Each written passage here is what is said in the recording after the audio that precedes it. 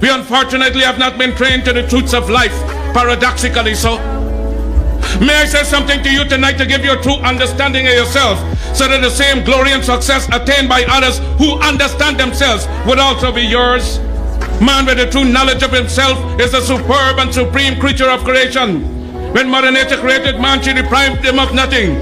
He was given the faculty of understanding all things around him, and that faculty of understanding has not been taken away from him. None of his senses have been taken away from him. So there is no excuse for the black man because of what has been provided for him. Do you know what history means?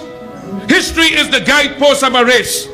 It's the inspiration of future generations either to stand still or go forward, to revenge or be revenged. For 250 years, we heard this cry in the grave, Garvey, we have waited for this day and time. If we must be strong, we must come together. If we must come together, we can only do so through the system of organization.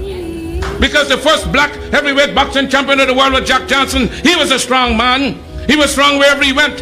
He beat his white opponents in Australia. He'd beaten them in the United States, and he could beat them wherever they presented themselves. The African race could be like Jack Johnson. If it is strong in Africa, then it could be strong everywhere. For 250 years, we have struggled under the burden and rigors of slavery. We were maimed, we were brutalized, we were ravaged in every way. We are men. We have hopes, we have passions, we have feelings, we have desires just like any other race. The cries raised all over the world of Canada for the Canadians, of America for the Americans, of England for English, of France for the French, of Germany for the Germans. Do you think it unreasonable that we, the blacks of the world, should raise a cry of Africa for the Africans? The Negro is a man. We represent the new Negro. His back is not yet against the wall. We do not want his back against the wall, because that would be a peculiar and desperate position. We do not want him there. It's because of this that we are asking for a fair compromise. Where the Belgians have control of the Belgian Congo, which they cannot use. They have not the resources to develop now the intelligence. The French have more territory than they can develop.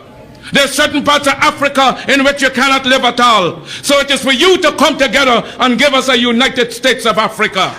We are not going to be a race without a country. God never intended it, and we are not going to abuse God's confidence in us as men. We are men, human beings, capable of the same acts as any other race, possessing under fair circumstances the same intelligence as any other race. Africa has been sleeping, not dead, only sleeping.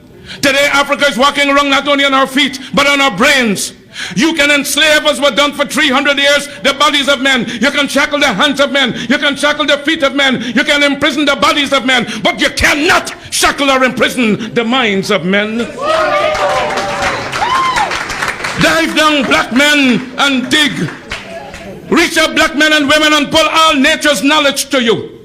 Turn you around and make a conquest of everything, north and south, east and west, and then when you will have wrought well, you will have merited God's blessings. And as you bow down to the white man today, so will other races bow down to you and call you a race of masters because of the superiority of your minds and your achievements. God made man Lord of his creation, gave him possession and ownership on the world.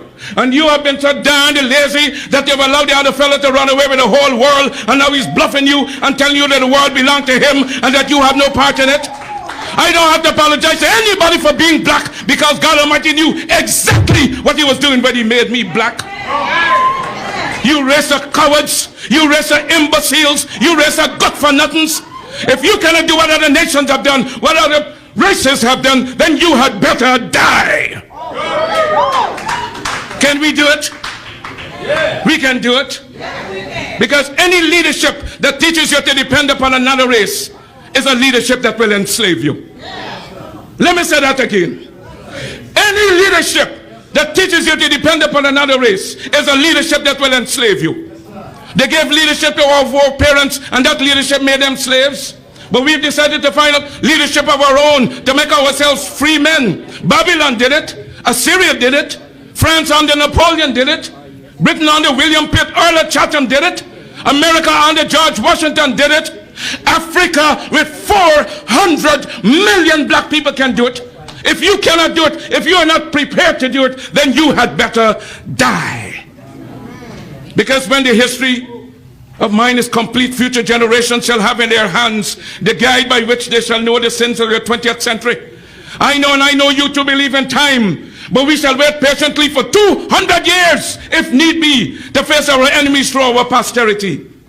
In life I shall be the same. In death I shall be a terror to the foes of African liberty. If death has power, then count on me to be the real Marcus Garvey I would like to be. If I may come in a plague or a pestilence, or as God would have me, then be assured that I shall never desert you and make your enemies triumph over you. Will I not go to hell 1,000,000 times for you? If I die in Atlanta, my work shall only just begin. But I shall live in the physical or the spiritual to see the day of Africa's glory. Look for me in the world when there is a storm. Look for me all around you. For God's grace and blessings, I shall come back.